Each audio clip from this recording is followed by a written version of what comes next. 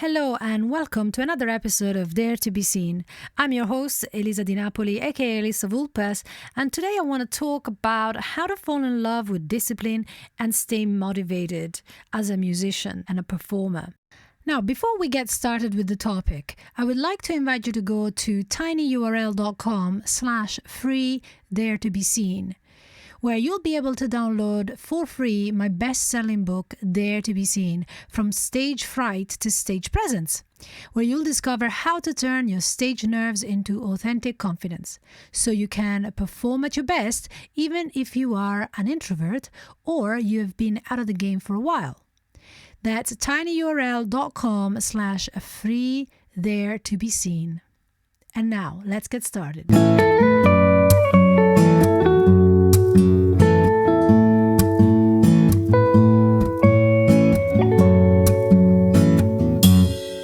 Now, it may seem crazy to put together the word love and discipline because a lot of us think of discipline as something really yucky, as something that we just don't want to have in our life. Now, the problem with seeing discipline in this negative way is that if we don't have discipline, then we are never going to really achieve our goals. But are we really lazy when we're not disciplined? Is laziness the real opposite of discipline, or are we missing something? One of my clients is a drummer who told me that when he was a kid, he got told that he had no discipline and that he was really lazy. This is because every time he came back home from school, instead of doing his homework, he would actually rush into his practice room and he would practice drums for hours and hours. Now, he was told he didn't have any discipline, but the reality is that he had loads of discipline when it came down to playing his drums. He just didn't really want to do his homework. So was he really lazy? Or was it just not interested in what other people expected him to do? Often we think that discipline is something we have to do, not something we want to do. But what if we saw discipline as self-discipline?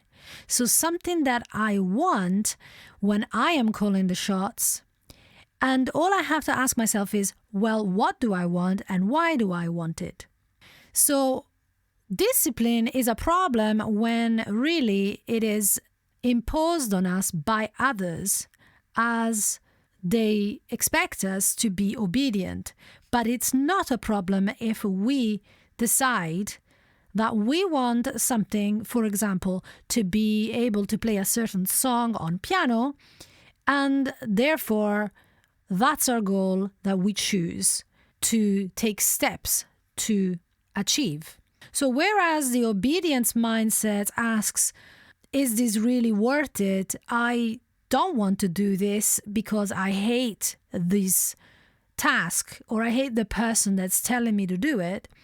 When you are in a self-discipline mindset, you ask yourself, yes, this may be hard, but it is worth it because it serves my own best interest. And it leads to a sense of satisfaction and reward in the end. If I do this, I will achieve my goals. So when we embrace self-discipline as a tool for overcoming our challenges, we get closer to achieving a goal that we have set for ourselves. That is why self-discipline is freedom, because it gets you where you want it to be. I'll give you an example of this. Say that you buy a car because you want to be able to go to the beach and visit friends on the weekends.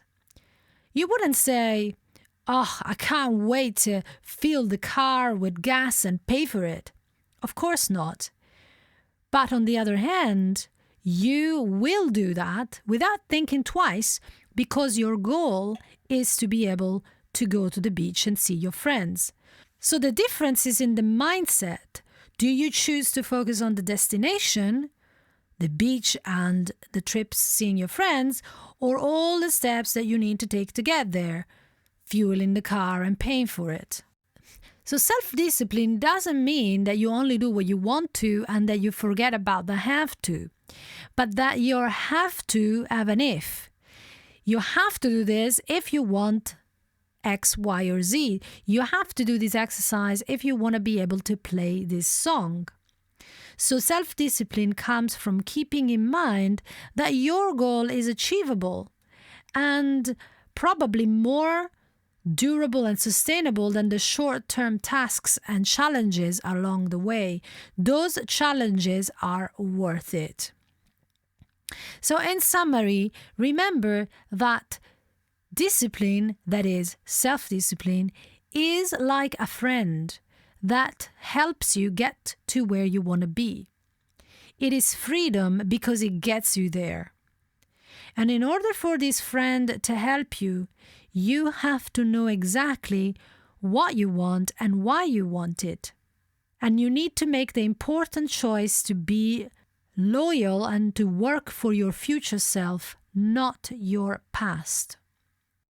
When you become clear about what you want and you show yourself that you can be consistent in the steps that you take to achieve this goal, you find that you will actually have more discipline than you thought at the beginning. Now, the next question can be, well, sure, but what if I just don't feel like it? This is when we get to talk about motivation. The word motivation comes from motive, which means reason that you give yourself for doing something. Just like in a criminal case, the motive is the reason why the criminal did what they did. So first of all, ask yourself, what is it that you actually want to accomplish? You need to be really clear about the end game.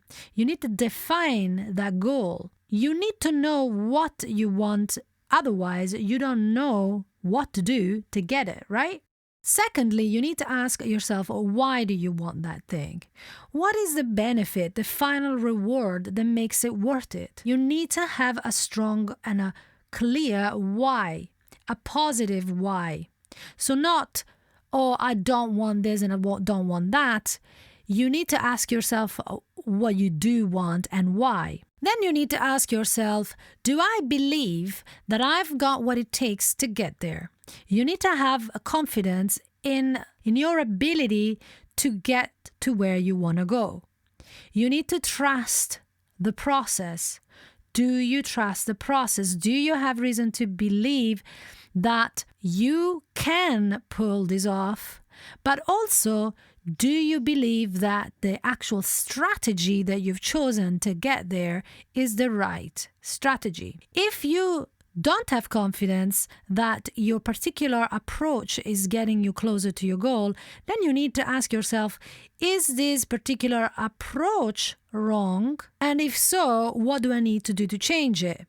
Because often we can just assume that something is not working because the goal itself is wrong or because we don't have what it takes, but sometimes it's simply the process that is wrong. To give you an example, when I first started playing drums, I put a lot of hours into practice. I practiced many different exercises from different courses and left pretty much zero time for play. Even though I got better, after a few months, I just got stuck because I was just not having fun.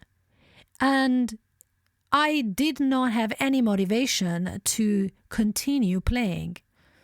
And for a while, this really disturbed me because I thought, how is it possible that my motivation for playing drums has suddenly disappeared when I loved it just a few months ago? What is wrong with me? And the reason was that I was not having any fun. I was being too hard on myself. So in this case, there was nothing wrong with me or with the goal. The goal was fine and I was fine, but the process, the strategy I was using was completely wrong. Also, if you're not motivated, make sure that you're not doing what you're doing because of somebody else. Somebody else's expectation of what you should be doing. So for example, if you're playing an instrument and you have a teacher Are you playing what you're playing because of what your teacher wants, or are you allowed to choose your own goals? If you are doing something because of somebody else's expectation, well, it's not going to work. Again, to give you an example, when I was a kid and I started playing the piano, I was quite young, I was 12, and my teacher asked me, what do you want to play? Classical music or modern music? And I wanted to play modern music, but I was too shy to tell her the truth. And I thought that she wanted me to say that I wanted to play classical music. So I said classical music. And of course, I didn't enjoy what I was doing and I wasn't motivated. Finally, in order to be motivated, you need to monitor your progress. If your progress is evident, you will trust that the path you're on is the right path, that your approach is working. It's important, therefore, to measure your results regularly.